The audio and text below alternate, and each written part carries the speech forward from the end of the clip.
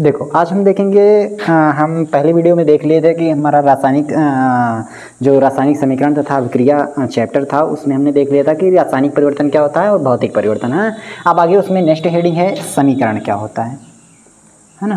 पहले समीकरण का मतलब ये वो समीकरण नहीं है जो मैथ वाला है ना, इसको क्या कहते हैं इंग्लिश में इक्वेशन।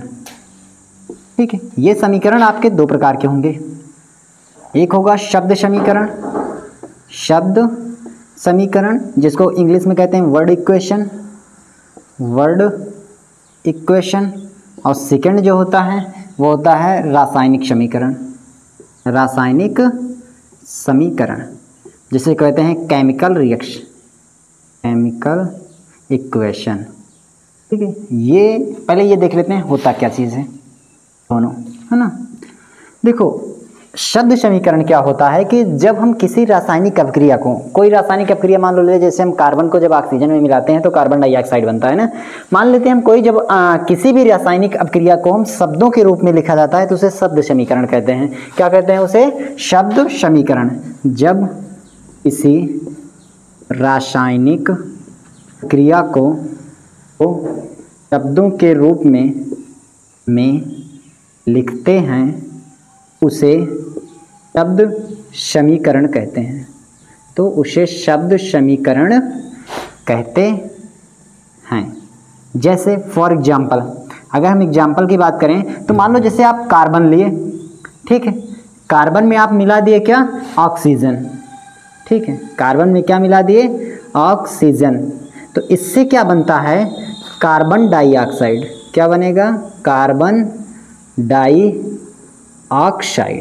ठीक है, अब देखिए ये किस रूप में लिखा है? ये रिएक्शन एक केमिकल रिएक्शन है, ठीक है, लेकिन ये किस रूप में लिखा हुआ है? शब्दों के रूप में। इसलिए इस समीकरण को कौन सा समीकरण कहेंगे? शब्द समीकरण, है ना। तो जब किसी रासायनिक अभिक्रिया को शब्दों के रूप में लिखा जाता है तो उसे कौन सा समीकरण कहते हैं? शब्द समीकरण कहते हैं। ठीक है, अगला देखते हैं रासायनिक समीकरण या वर्ड केमिकल रिएक्शन क्या होता है।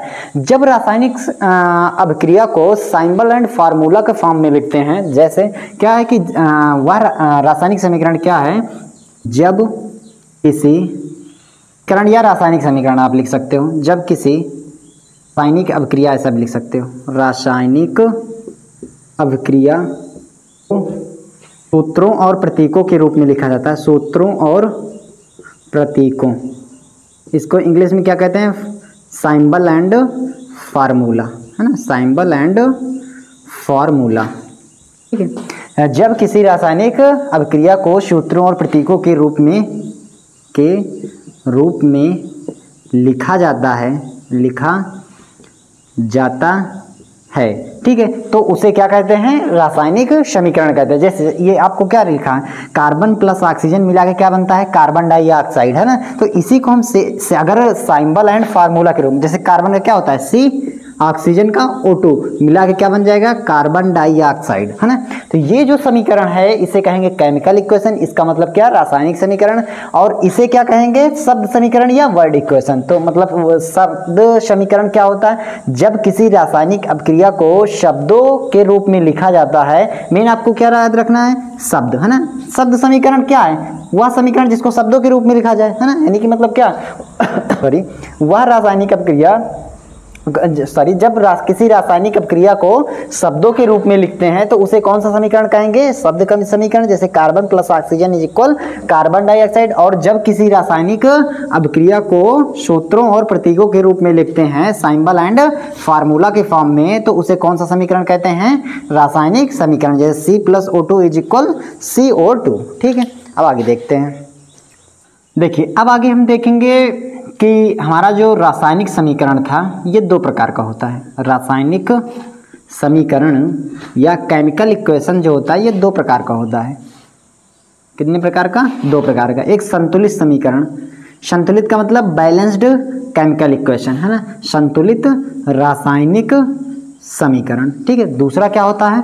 असंतुलित रासायनिक समीकरण। असंतुलित रासायनिक समीकरण। ठीक है, एक क्या होता है? संतुलित रासायनिक समीकरण होता है और दूसरा क्या होता है? असंतुलित रासायनिक समीकरण होता है। ठीक है, तो पहले देखते हैं संतुलित रासायनिक समीकरण क्या होता है।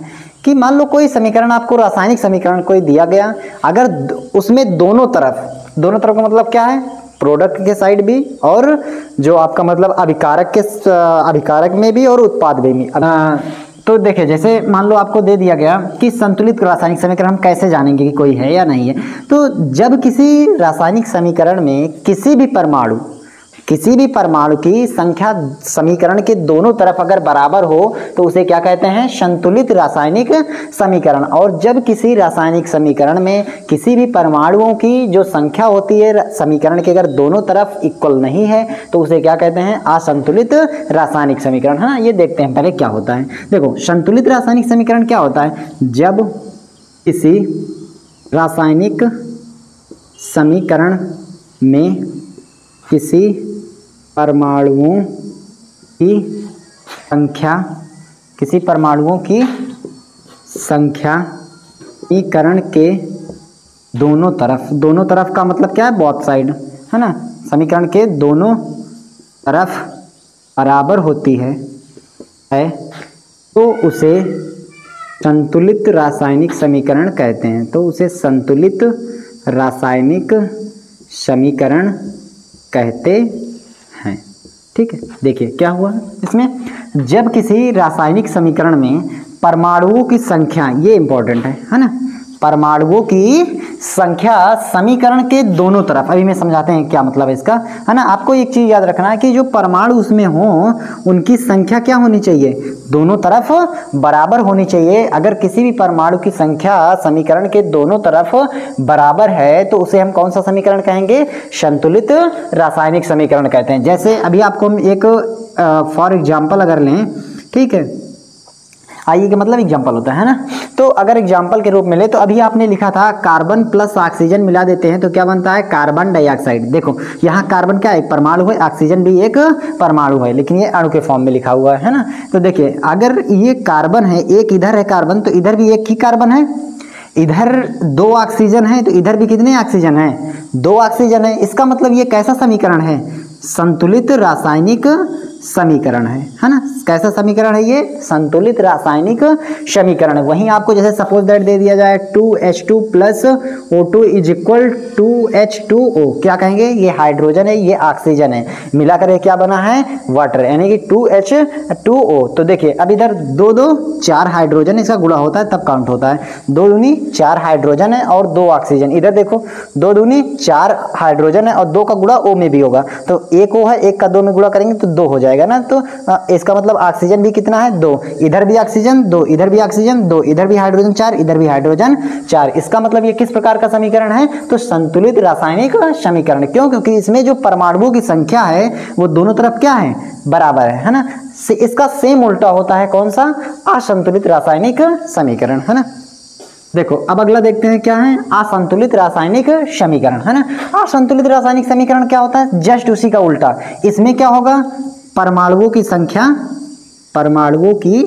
संख्या डिफिनीशन सेम रहेगी, सब कुछ रहेगा कि मतलब जब किसी रासायनिक समीकरण में किसी भी परमाणुओं की जो संख्या होती है समीकरण के दोनों तरफ बराबर हो तो क्या हो जाएगा, संतुलित। अब बराबर ना हो, ये क्या होना चाहिए, बराबर नहीं होना चाहिए, डज नॉट इक्वल, है ना। तो इसका मतलब क्या होगा, वो असंतुलित रासायनिक समीकरण। जैसे एग्जाम्पल के रूप में अगर आपको दे दिया जाए तो इसकी डिफिनीशन आप क्या लिखेंगे, जब किसी रासायनिक समीकरण में किसी भी परमाणुओं की जो संख्या होगी वो रासायनिक समीकरण में दोनों तरफ अगर बराबर नहीं है तो वो किस प्रकार का समीकरण होगा, असंतुलित रासायनिक समीकरण। फॉर एग्जाम्पल हम ले लेते हैं, मान लो कैल्शियम ले लिए और प्लस क्लोरीन ले लिए, इनको मिला दिए तो CaCl2 बन गया। ठीक है, अब देखो यहाँ पर कैल्शियम कितना है, 2, यहाँ पर सॉरी कैल्शियम यहाँ 1 है, यहाँ भी 1, यहाँ क्लोरीन कितनी है, 1, लेकिन यहाँ क्लोरीन कितनी है, 2 है। इसलिए एक ऐसा समीकरण है असंतुलित। क्यों, क्योंकि यहाँ पर कैल्शियम का केवल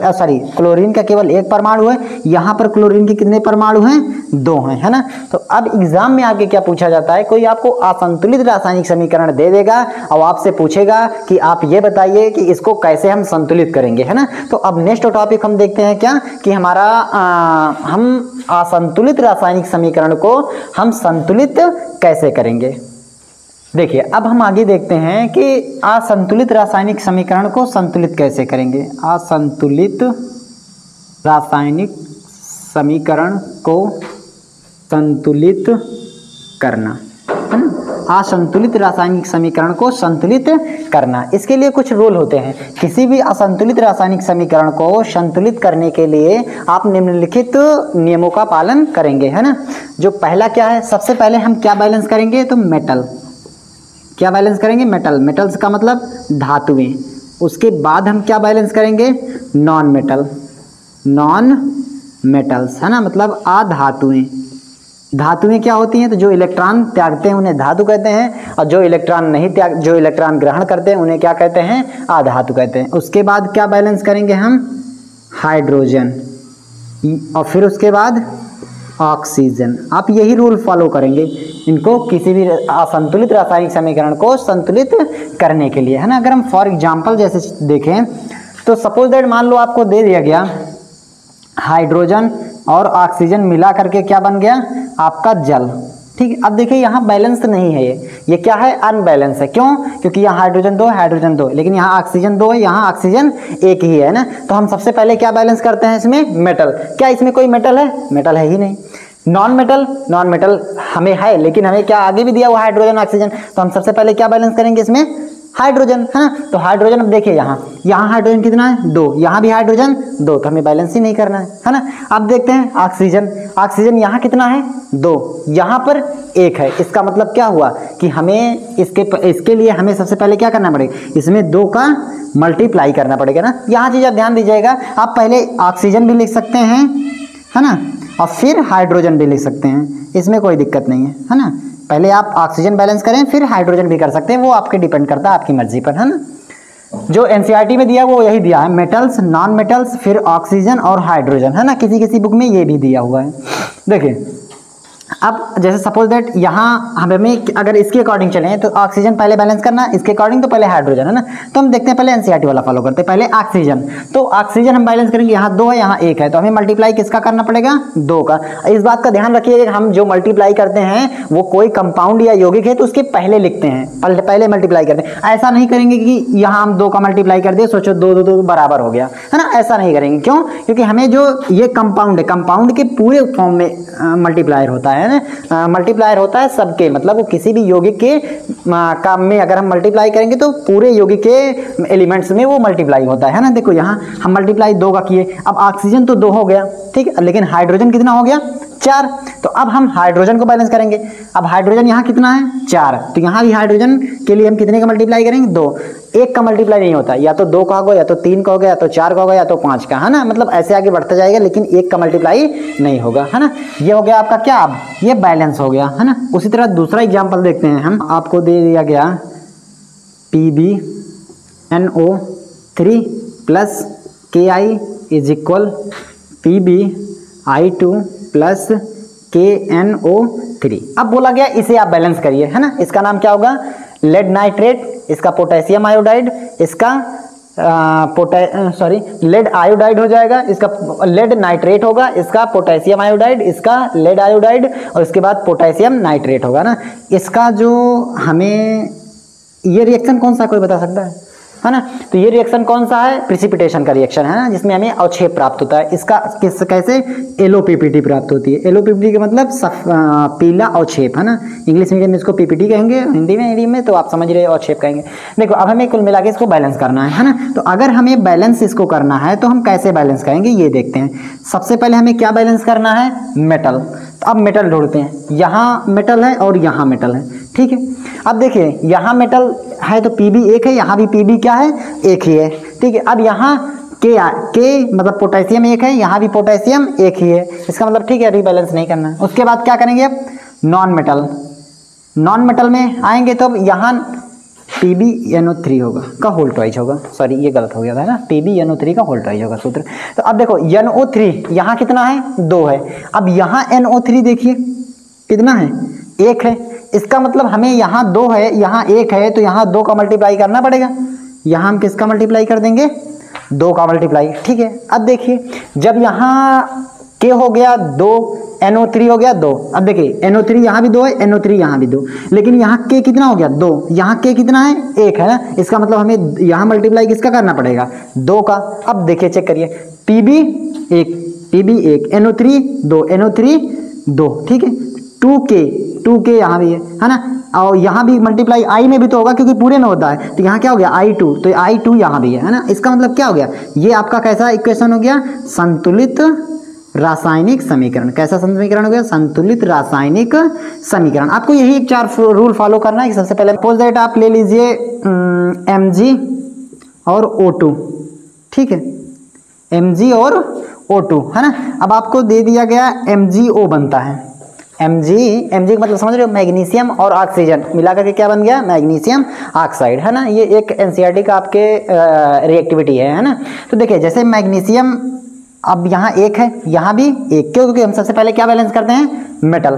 तो अब यहाँ मैग्नीशियम कितना 1, यहाँ भी मैग्नीशियम 1 है। अब नॉन मेटल तो है ही नहीं, हम केस पे आ जाएंगे, हाइड्रोजन ऑक्सीजन है इसमें, तो ऑक्सीजन यहाँ कितने ऑक्सीजन है, 2 है, यहाँ ऑक्सीजन 1 है। इसका मतलब हमें मल्टीप्लाई किससे करना पड़ेगा, यहाँ 2 से। अब देखिए जब हम यहाँ 2 से मल्टीप्लाई कर दिया, ऑक्सीजन तो बैलेंस हो गया, लेकिन अब मैग्नीशियम भी कितने हो गए, 2, तो हमें यहाँ भी किसका मल्टीप्लाई करना पड़ेगा, 2। क्यों, क्योंकि वहाँ पर मैग्नीशियम 2 है, तो यहाँ भी मैग्नीशियम 2 होना चाहिए, क्योंकि आपको पता है संतुलित रासायनिक समीकरण वही होता है जिसमें दोनों तरफ किसी भी परमाणु की जो संख्या होगी वो बराबर होनी चाहिए, है ना। तो इसी तरह हम किसी भी रासायनिक समीकरण को क्या कर सकते हैं, संतुलित कर सकते हैं।